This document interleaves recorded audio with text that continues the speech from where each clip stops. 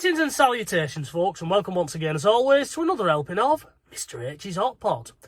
You join me today in what is normally the picturesque village of Eccleston, which is in the borough of Chorley in Lancashire. Unfortunately today, it's rather grey, miserable and wet, as you can probably see over my shoulder there. But I was up in Eccleston last week on non-hot pot related business, and as I was tootling through the village, I noticed, tucked away just off the main road, a little pie shop, and I stuck it in the old noggin and thought I'll return there at some point and give them a whirl. Now, I've no idea what their items of comestibility are like, the prices or anything like that. Nobody's recommended this one to me. Simply, we'll be taking one for the team. But it's called the Cottage Loaf, and it's located on the GM, I think they call the road. Apologies to anybody from Eccleston who's watching this if I've butchered the name. But it's just near the little petrol station as you're making your way through. Anybody who's been to a place called Bygone Times in Eccleston, they'll know where I am. Anyway, without further ado, I'm now going to jump out of the old jalopy, dodge the raindrops, get into the cottage loaf and try one of the mate and prater pies.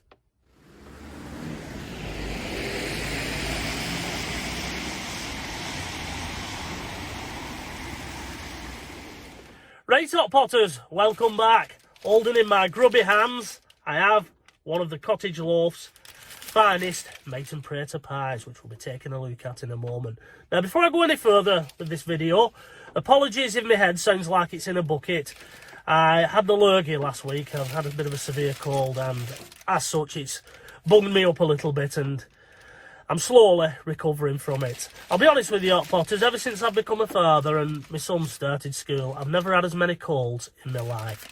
Anyway, on to the review. Today's ice cold beverage of choice is Pepsi Max caffeine free. I'll just open that, ready. Get ready for the fray, and we'll jump into this review. As you can see, it comes in its own plain white paper bag, oversized as always. I don't know why pie shops do that, I really don't. One size seems to fit all. But here it is, Hot Potters. Let's take a look at it, and here we go. Da da da da da da da. Get that. There, I'll just take it out of its tin. As you can see, it comes in its own tin. And we'll quickly do the Wigan hand test. As you can see, it won't break up in my hand. Its consistency seems to be good. How much did this item of comestibility cost me? I hear you all cry. Well, it cost me £2.35, which isn't too bad, really. Now, straight off the bat, I've got to say, they don't seem to be as deep as the ones that I'm normally used to. So, we'll see how we go with this one. Now, unfortunately, because of my nose being blocked, I can't really smell how good it is, but it's piping hot, which is always a good sign. And I don't really know a lot about this particular shop. From what I gather, it's an independent bakery, and it's the old-fashioned style of pie shop, or cake shop as we call them up north, where simply you go in and what you see is what you get. It's no frills. But that's the inside of the pie there, chock full of potato meaty goodness. And I think it's a one-man band. I think what they do, they bake everything on the premises, which is good. That's exactly the style of shop that we're looking for. But as always, Hot Potters, the proof of the pudding is in the tasting, as I like to say. So I'll cut a slicky off now, and we'll give it the old taste test. Here we go.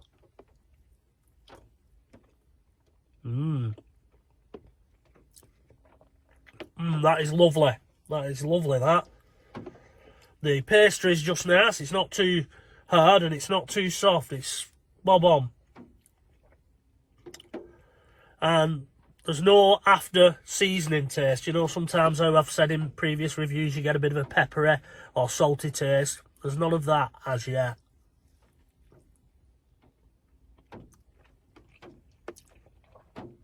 I think, Hot Potters, I think I may have just found a little gem there.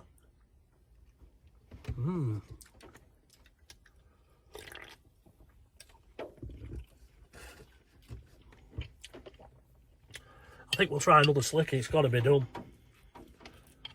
Hopefully I'll be able to get on camera a little bit better. The consistency, I'll just peel the top back a little bit so you can see. There we go, that's a better look at the inside of the pie.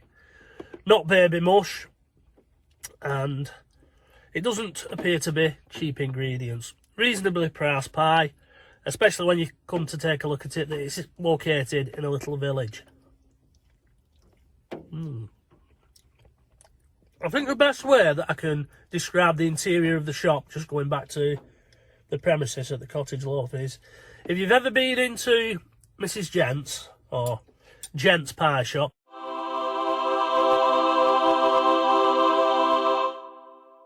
if you've ever been in that shop in Standish, the Cottage Loaf is very similar in the interior. But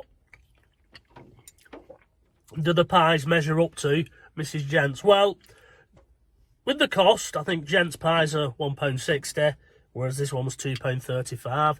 And the fact that it's not as deep, I'm not going to be giving it 5, but I'll give it very close, and that is 4.5 pies out of 5. I can definitely recommend that if you find yourself a little bit hungry in the Eccleston area, just keep your eye open. It is tucked back, you'll easily miss it. You know, you'll fly past if you've not got your eyes open. If you've gone past the petrol station on your right as you're heading through Eccleston, you've missed it. Reverse. Anyway, I'm now going to enjoy the rest of this pie on this wet and miserable day. So I'm going to wrap it up here. Hope you've enjoyed this little video, this little impromptu pie review, and I'm pleased to say that I've managed to find a bit of a gem. I've took one for the team and it's come out okay.